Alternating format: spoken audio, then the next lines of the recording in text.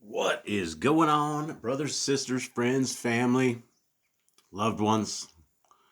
I hope you guys are well. I hope you guys are blessed. Hope you guys had a great weekend.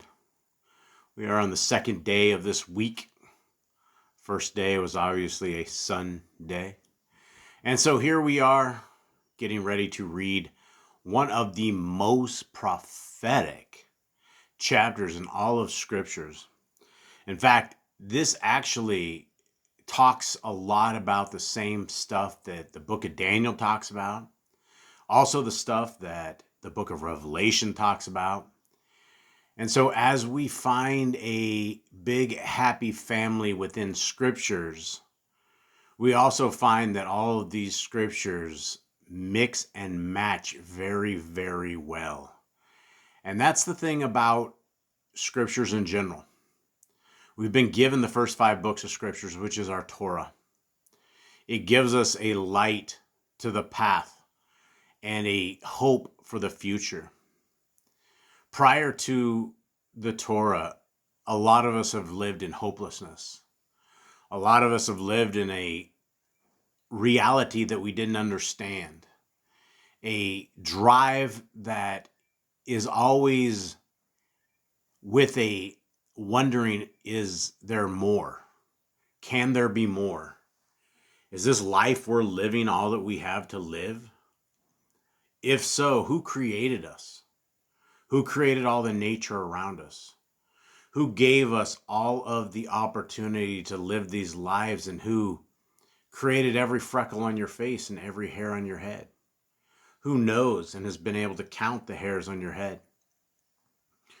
We know that our Creator lives because we can see proof simply by looking outside and looking at a blade of grass. You can see the proof simply by looking at animals, humans, fish, the world around us. Us being placed in this beautiful firmament with a giant dome over the top of our heads, that we are able to have our own little ecosystem here, that it rains and snows and sleets and hails and the wind comes out of the gates. When you read the book of Enoch, it is very clear that all these so-called flat earthers very much have the map jacked up. All of these globers that say we're spinning nearly 1 million miles around in various directions, spinning around the sun in the galaxies, but yet you have the stars that are above our heads that have been in the exact same position for years.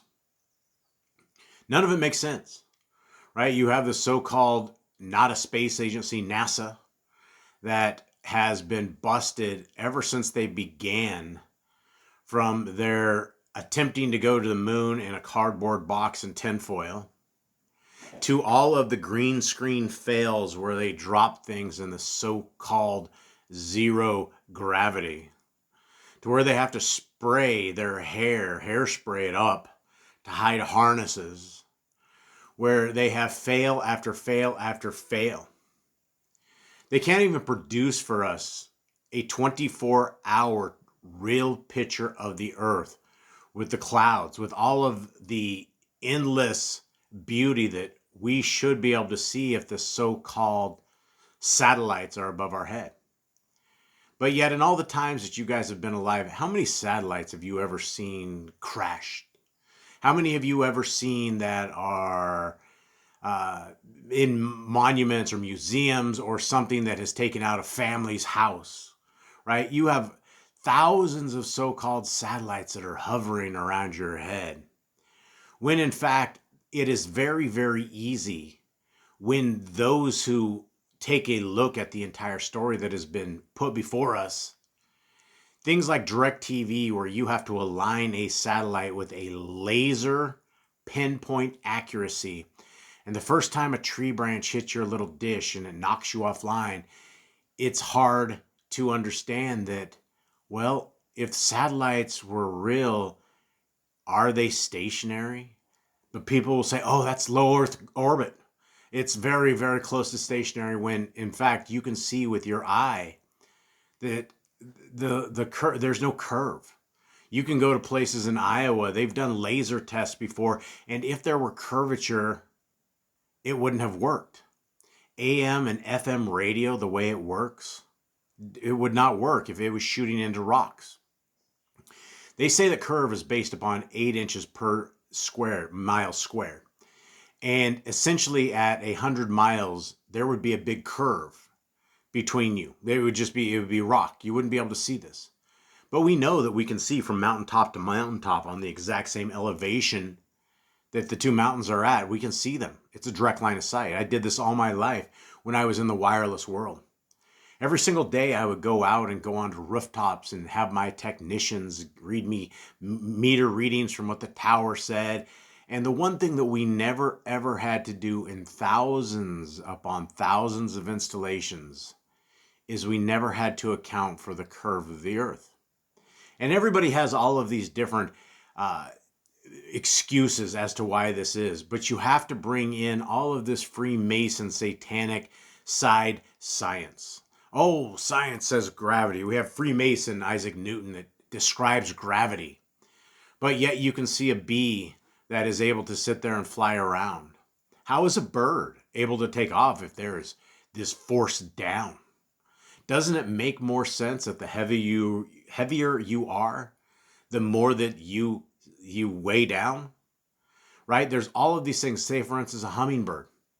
All of these things are things that they have deceived us in. And we are at the end of times, and most people are sheep. Most people are very okay thinking that NASA has a real space program, that they're not just firing rockets off into the ocean. When every time you see a rocket that's fired off, it curves and it goes into the ocean. But you're like, oh, no, that's just taking this little special space that you can get into. We know there's an Operation Fishbowl made by the government agencies where they were trying to blow a hole. They were launching nukes in low Earth atmosphere, trying to blow a hole in the dome. Why would they have something called Operation Fishbowl? Right? When there's way too many plausible understandings of all this stuff, then we have to take a look that our Creator exists. And just like Scripture says, there's hundreds of verses that claim a flat earth, that claim a firmament, that claims things are stationary, that claim it's unmovable, unshakable on foundations, all throughout Scriptures. But yet you have these people that are so deceived. I've met a tremendous amount of them, a lot of Torah keepers. They grew up with a ball in their classroom, and they just can't get over that everything they have been taught is a lie. Well, this is the age that we are in. And why would they want to lie to us about the shape of the earth? Well, it's very clear, right? When they say that our Creator is often billions of galaxies and light years away, and there's all these different earths and all these different life forms, and we're just an anomaly, right? When we're not an anomaly. We have been made specific for this time, for this avenue, for this world.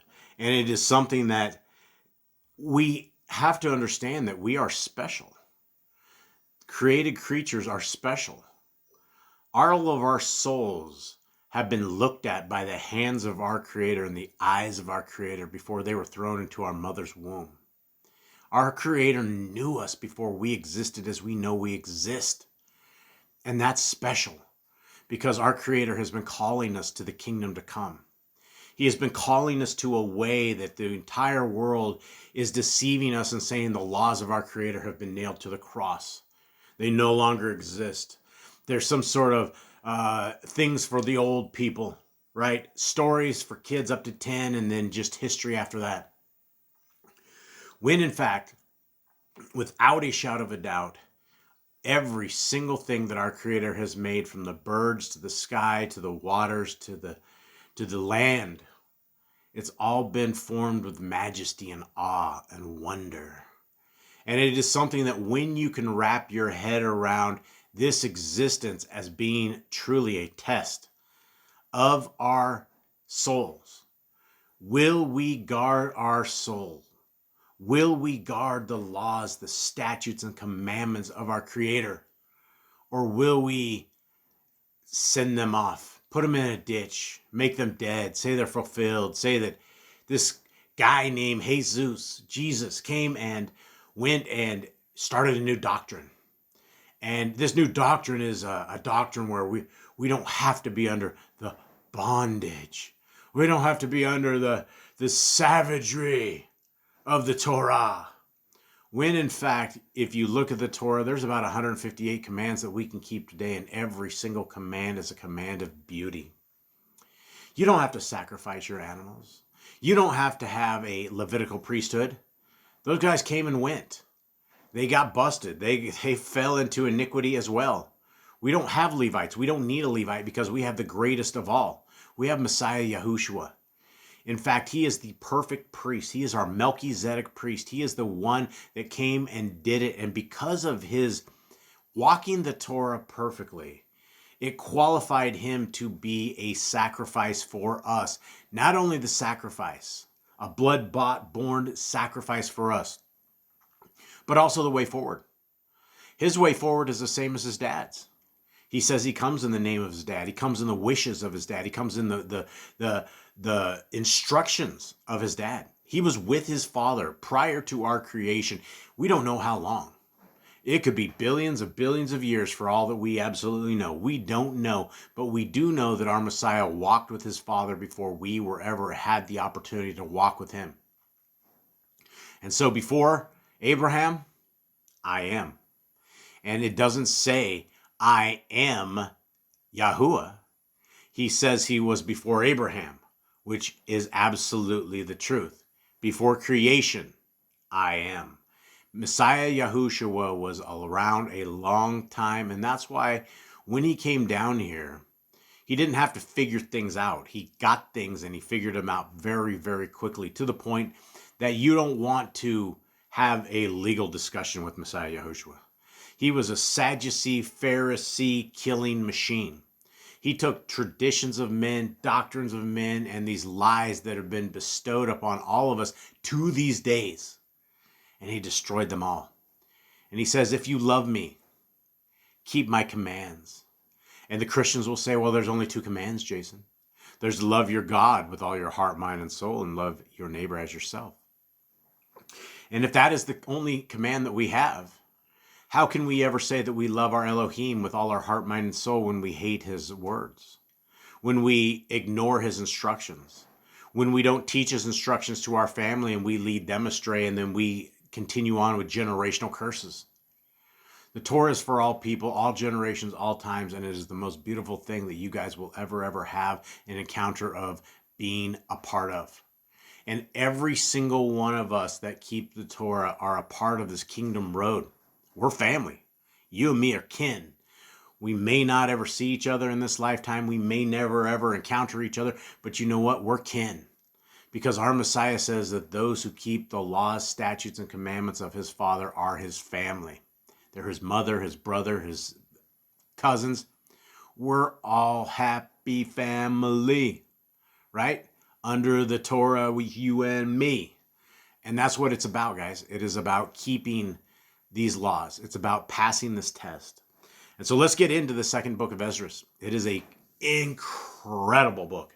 And today is one of the biggest prophecies ever. And it's something that those with eyes to see and ears to hear are going to be able to fully grasp. Now, guys, if any one of you guys are able to help us out with our Apple project, we are bringing the Yah Scriptures to Apple, all 103 books, exactly like the Google Android version of it. So if you guys are able to help us at yahscriptures.com, there's a donation. We don't need a tremendous amount, but we do need some help. And we've already gone ahead on this. I'm already in debt up to my neck just on the basis of faith alone, because I'm building this app. If I have to borrow money from my mother, or if I have to take from Peter to pay Paul, I will do this myself if I absolutely have to, but I would appreciate anybody out there that is able to help us out and to help bring this to fruition. You guys will have the ability to be giving scriptures away for as long as this world continues and the Apple store continues. And as there's an apple with a bite out of it, you know it's going to continue to the end.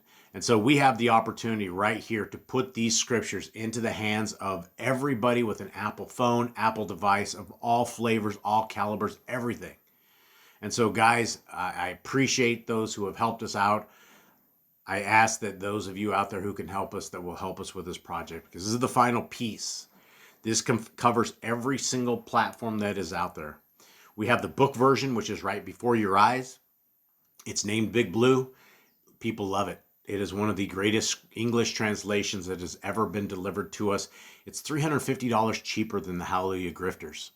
When they have theirs for $450 after shipping, guys, you can get this for under $100. This is a beautiful, beautiful scriptures, and it is a large print. It is a big book. It's 7 pounds. 14.5 font, all 103 books, restored name of our Creator, restored name of His beautiful Son, our Messiah. It is all there for our reading. But then we have all the digital versions, and we also have the paperback version that is coming this way. So for every scriptures, the hard print that are able to be purchased by you guys that are out there, we're able to minister to those in the prisons. We're able to change lives and to minister and to bring the truth. Because the prisons don't have Torah-based groups. They have the Sabbath keepers, and the Sabbath keepers is based on Judaism. They are they're a Talmudic-based community that leads everybody astray. And so as far as having Torah keepers in prisons that are truly showing these guys the path forward and not showing them all these other special appointed times that aren't in scriptures, all of these other things that they're keeping, we can do that, and this is what we're doing. So guys, thank you very, very much to everybody that has been a part of this, to everybody that has got this. You can go to YahScriptures.com, and it is available right there. And let us get into this, the second book of Ezra right here. What we have is you don't have to get caught up on the series. I'm going to get you caught up on the series right now, and let us go through this, because we're on chapter 11 today. And chapter 1, Yahuwah speaks angrily with Israel's disobedience despite his many blessings. He reminds them of the exodus and provisions in the wilderness and the victories, but constant rebellion. Israel rejected his prophet and his laws. Yahuwah says he will turn to other nations who will listen. Gentiles will now receive his name and serve him, since Israel has spurned him. Chapter 2, it's the future hope of the remnant. The Messiah, my son, will gather the faithful. The kingdom will be restored to righteous. Wicked will be judged. The vision of a great multitude receiving crowns from Yahushua for standing firm. Comfort and rejoice, Zion, for your children will inherit glory. Chapter 3, Ezra laments Israel's fall despite being Yahuwah's chosen. He questions why the wicked nations prosper while Israel suffers. Ezra asks why Yahuwah allows evil to rule the earth if he is just. He appeals for understanding on how Yahuwah judges. Chapter 4, Yahuwah sends the angel Uriel to answer Ezra. Uriel tells Ezra that human understanding is too limited to grasp Yahuwah's ways. He uses parables, fire and weight, womb and time, grain of seed, to show the impossibility of understanding divine mysteries fully. He emphasizes patience. Everything will happen in its appointed time. Chapter 5 is the signs of the end times. Yahuwah gives signs of the approaching end, blood moons, strange births, chaos in nature, wars, and unrest. The remnant will be preserved. Ezra prays for the people in the coming troubles. Uriel reminds Ezra that these troubles must come before the kingdom. Chapter 6 tells us the course of time in eschatology. Yahuwah explains that Esau, the world's powers, will rule first. Then Jacob, Yahuwah's kingdom, will rule forever. The end is near. Yahuwah controls all times and seasons. More chaos. Earthquakes, beasts changing places, women birthing monsters, hidden places revealing secrets. Ezra continues to plead for mercy. Chapter 7 takes us to a powerful parable. A narrow, dangerous path with fire and water on both sides. Few find the way through that fire. He symbolizes the difficulty of righteousness. Yahuwah reveals the concept of individual judgment after death. The righteous will rejoice and the wicked will suffer torment. Hints of resurrection, of eternal life for the elect.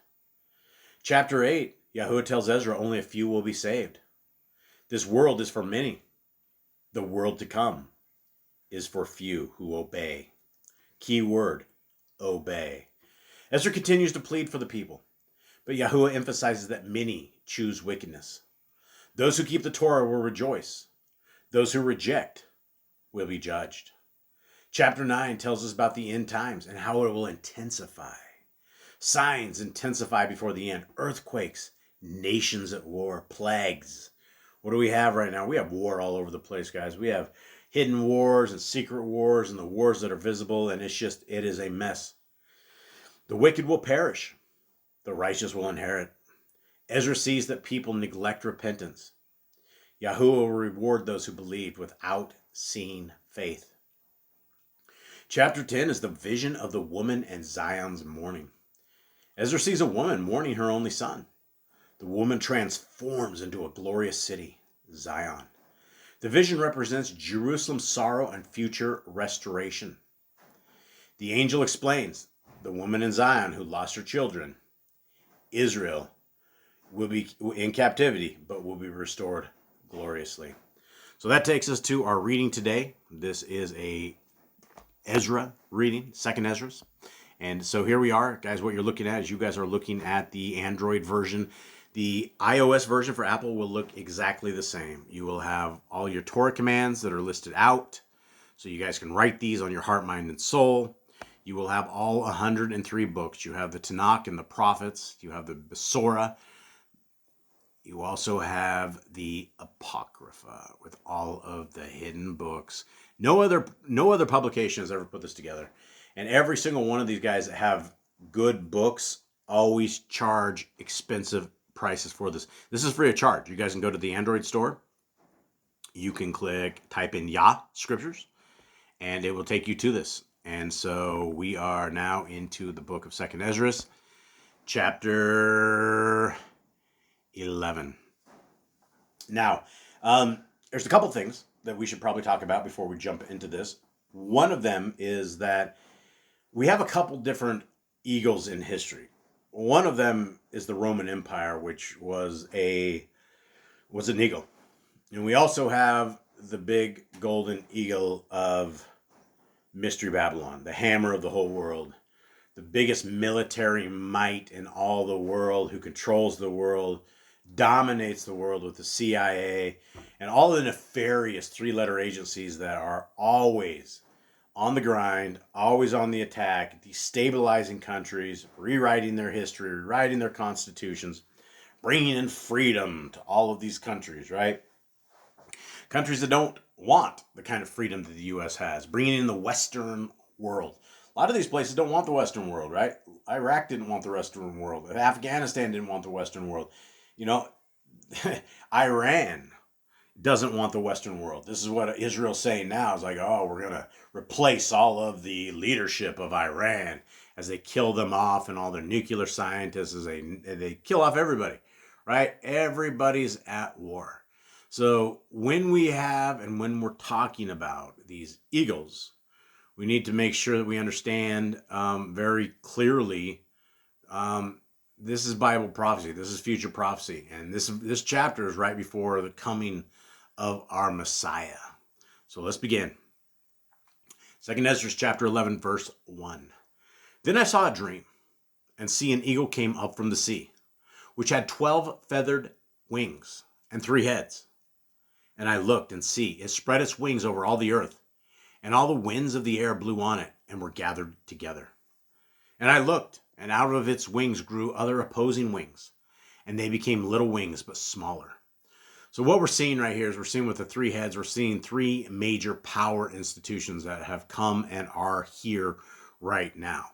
And as far as Rome goes, we've never really lost Rome. Rome has been in and around all of us and still is.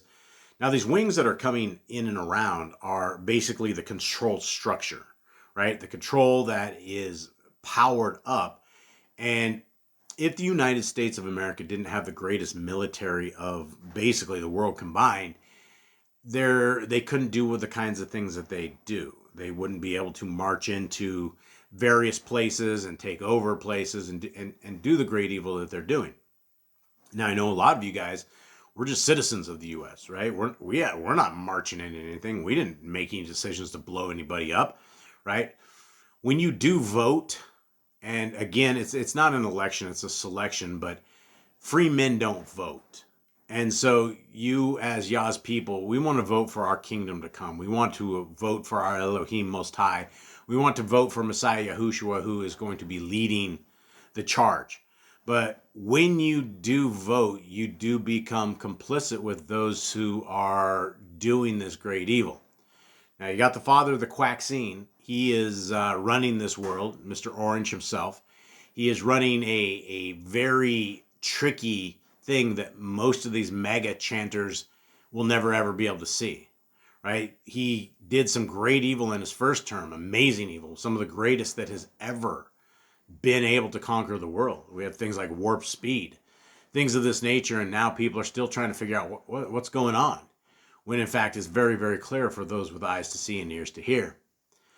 Chapter 4, verse 4. And its heads were at rest. The head in the midst was greater than the others, yet it rested with the others. And I looked, and see, the eagle flew with its wings and rained on the earth and over those who dwelt in it. And I saw that all under the Shamayim were subject to it, and no man spoke against it. No, not one creature on earth. And I looked, and see, the eagle rose up on its talons and spoke to its wings, saying, do not watch all at once. Everyone sleep in its own place, and watch in turn. But let the heads be reserved for the last.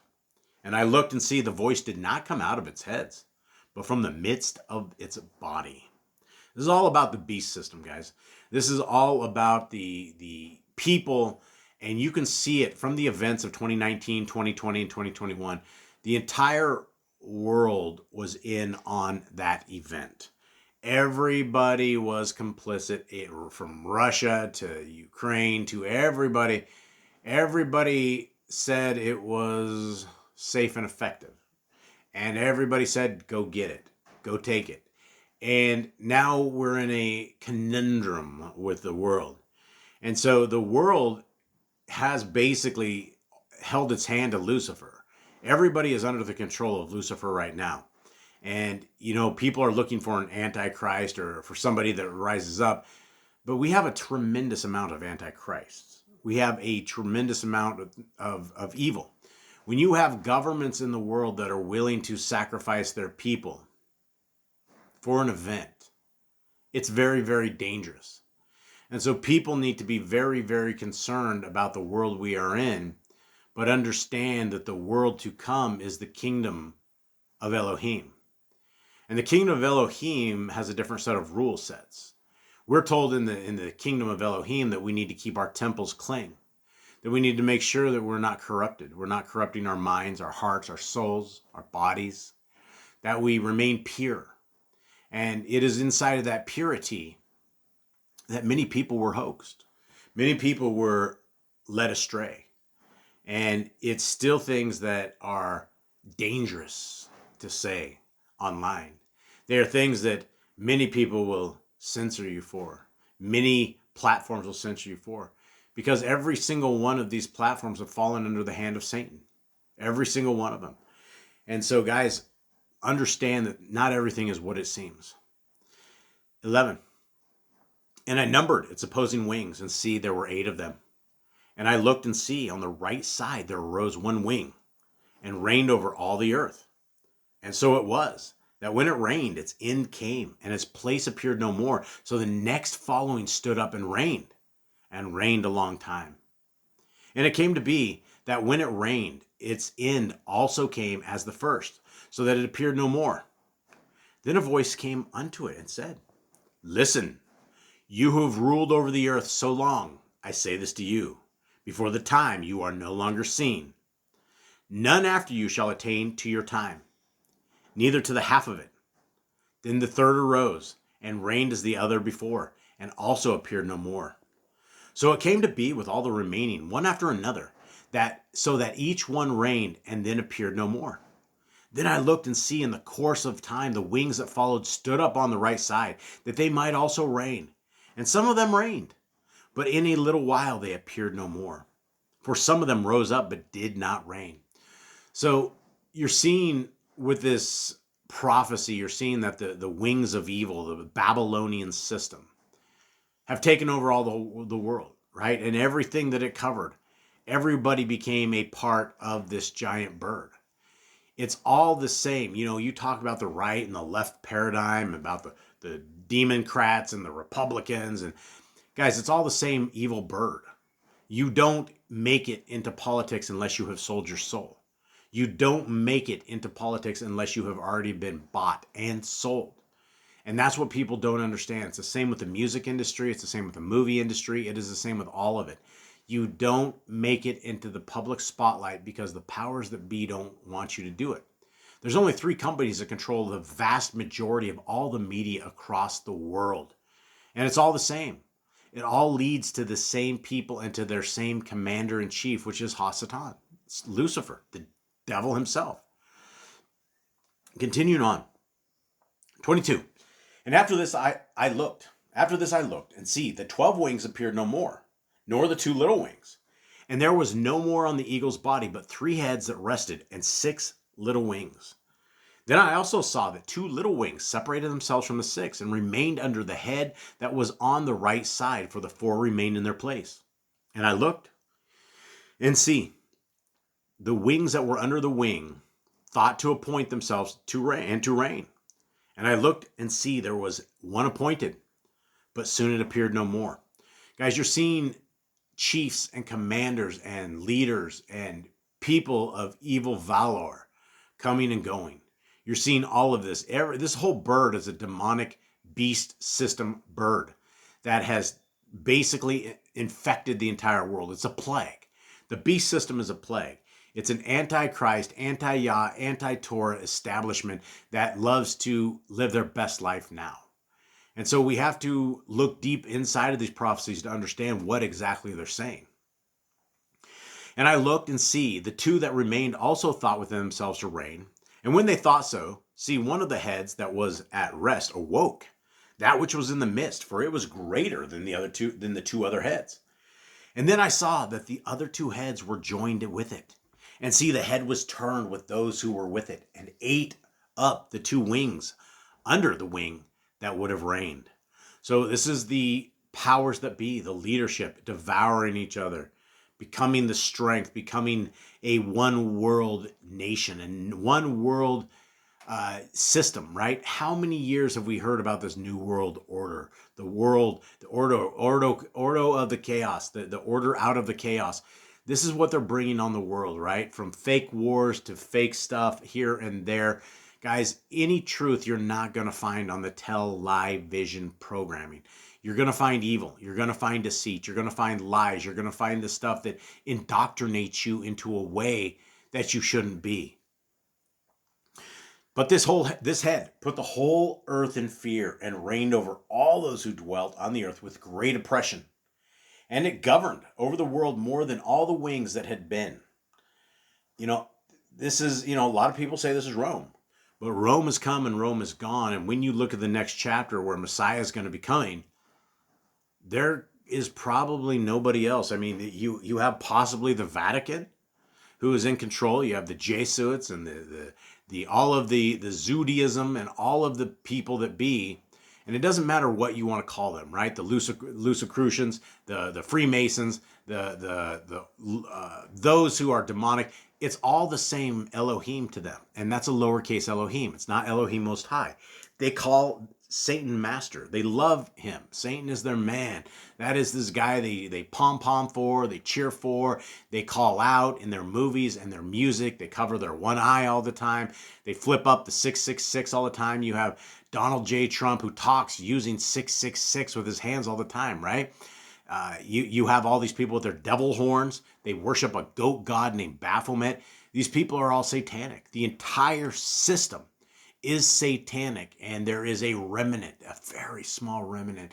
Those of us who have not joined this, those of us who will never join, those of us who oppose the rule of darkness who is ruling over all of us. It's very important that we understand all this, guys. And after this I looked, and see, the head that was in the midst suddenly appeared no more as the wings. But the 2 heads remained, which in like manner also ruled over the earth and over those who dwelt in it. And I looked, and see, the head on the right side devoured that which was on the left side. Then I heard a voice which said to me, "Look in front of you and consider that which you see. And I looked and saw what was like a roaring lion chased out of the forest. And I saw that it sent out the voice of a man to the eagle and said, listen, I shall speak with you. And the Most High says to you, are you not that which remains of the four beasts, whom I made to reign in my world, that the end of their times might come through them? And the fourth came and overcame all the beasts that were past, and had power over the world with great fear, and over the whole circle of the earth with much evil oppression, and had dwelt upon the earth for a long time with deceit. For you have judged the earth, but not with truth. For you have afflicted the meek, you have hurt the peaceable, you have loved the false, and destroyed the dwellings of those who brought forth fruit, and have thrown down the walls of those who did you no harm. Therefore your wrongdoing has come up before the Most High, and your pride to the Almighty. The Most High has also looked upon the proud times, and see, they have ended, and its abominations are complete. And therefore, you eagle, appear no more, nor your horrible wings, nor your evil wings, nor your wicked heads, nor your evil claws, nor your whole worthless body, that all the earth may be refreshed and may return, being delivered from your violence, and that it may have expectancy for the judgment and kindness from him who made it. There's a lot of stuff in there, guys. There's a tremendous amount of meat and potatoes. Lots of things to consider. You know, I constantly say that I believe we are in the end times. Whether it's this generation or the next, it's close. It is very, very close. And prior to this, there has to be a crescendo. There has to be the point where that big bell will ring with violence, evil, darkness, oppression, sin, right? We live in a sin-based world. We have all of these evil things that are taking over mankind. People are being possessed. People are losing their mind. Everybody's addicted to some kind of big pharma. You have all of these big pharma companies out there, and they don't care who gets hooked on their drugs as long as they're selling their drugs. And so, guys, we have an opportunity right now to change our existence. We have an opportunity to change our lives. Don't worry about people like me on YouTube. Worry about your 2 eyes and your ears and your ability to read these scriptures, and grab a copy of scriptures and read them daily. Read them nightly. Read them as a family. Pray with your family. Embolden your family. Embolden yourself. Fall to your knees to the higher power of Yahuwah. Fall to your knees of the King who's coming, Yahushua. There's a better place and a better kingdom, and all of this evil that we see day after day that just seems like it's never going to stop, it will. It will. But we need to be ready. And being ready isn't taking the laws of our Creator and nailing them to the cross. It isn't saying that all food has been made clean as you eat pork and shrimp and lobster and horse and zebra and all these unclean animals. It's about bending our knee to obedience to the best way of government that we have ever seen, which is the Torah. And it is that Torah that will bring life. It is the Torah that once you start keeping it, it becomes a part of your life. It lives. The Torah is a living, breathing entity that has come, the Word of the Most High, that has given us freedom. That has given us freedom from sin, because we no longer have to live in sin, because we know what truth is. And we know that the truth will set us free. So with that, my brothers and sisters, I love you guys.